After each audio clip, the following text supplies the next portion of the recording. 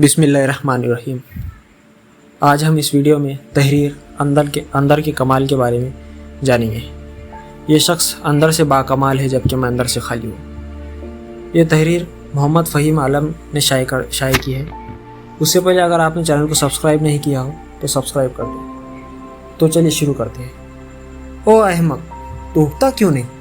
इस हरकत और गुस्से से भरी आवाज़ के साथ उसकी पसलियों पर एक ज़ोरदार ठोकर लगी। वो दर्द से बिलबिला कर उठ बैठा। उसने आंखें मलते हुए हैरत से इधर उधर देखा। बादशाह सलामत अपने पूरे लाओ लश्कर समेत उसके सामने मौजूद थे। वो सारी बात समझ गए। वो दरअसल एक हकीम था। रात दिन जंगलों में और पहाड़ों में जड़ी बूटियों की तलाश में मारा फिरता था। आज भी वो सुबह से एक कीमती जड़ी बूटी की तलाश में निकला हुआ था। वो शाम तक जंगल में जड़ी बूटी की तलाश में निकला हुआ था। वो शाम तक जंगल में जड़ी बूटी तलाश करता रहा, लेकिन वो बूटी उसे ना मिली। शाम को थक हार कर उसने वापस घर की तरफ रुख किया। मारे थकावट उसका बुरा हाल हो चुका था। उसे अपने पाँव मन भारी महसूस हो रहे थे। रात भर वो एक दवाई बनाता रहा था। एक लम्हा के लिए भी वो सो नहीं सका था, इसलिए नींद भी बेहद आ रही थी।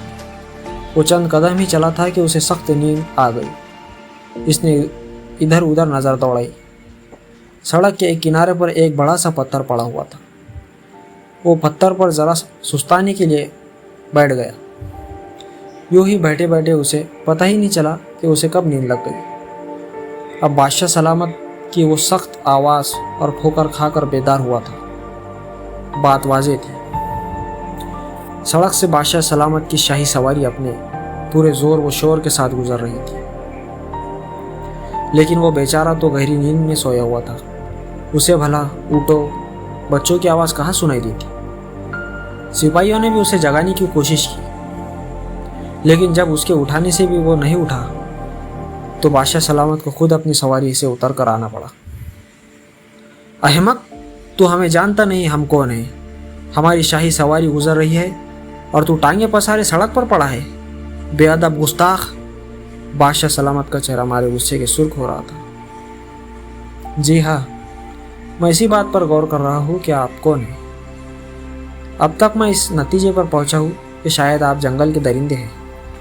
इसलिए कि आमतौर पर दरिंदों की आदत होती है कि वो ज़मीन पर पाँव मारते हुए और धूल उड़ाते हुए चला करते हैं। जब आपने ठोकर मारी तो मैं डर गया कि ज़रूर जंगल को कोई दरिंदा आ गया है।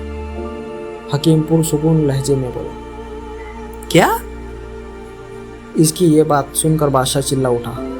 गुस्ताख, अहमक आदमी, क्या तुम्हें मालूम है कि हम वक्त के बादशाह हैं?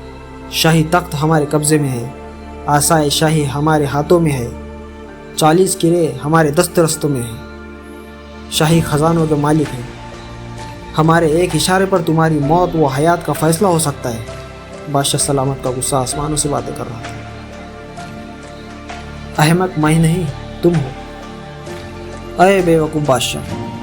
हकीम साहब पर बादशाह सलामत के गुस्से का बिल्कुल भी असर नहीं हुआ था। तूने जितनी भी चीज़ें अपनी बड़ाई और अजमत के लिए गिनवाई है, ये सब चीज़ें तो तुझसे बाहर हैं। तू ये बता, तेरा अंदर कौन सा कमाल है? वो सब तो बाहर की चीज़ें हैं।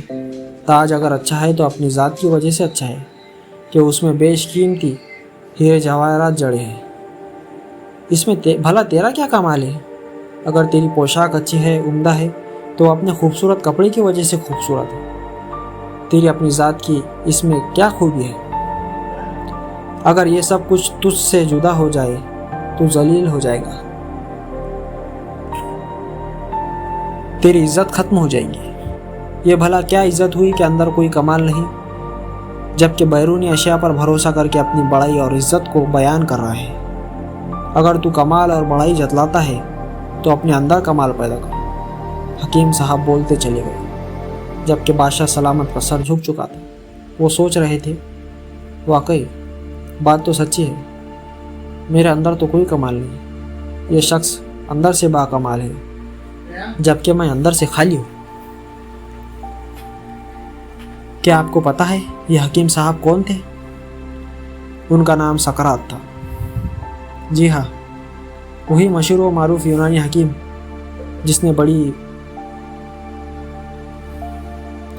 جس نے جڑی بوٹیوں کی خصوصیات پر بہت سی شہرہ آفاق کتابیں لکھی ہیں۔ اللہ آپ میں اور مجھ میں کمال پیدا کرے۔ اسی امید کے ساتھ آپ سے لیتے ہیں ودا۔ جزاک اللہ خیر۔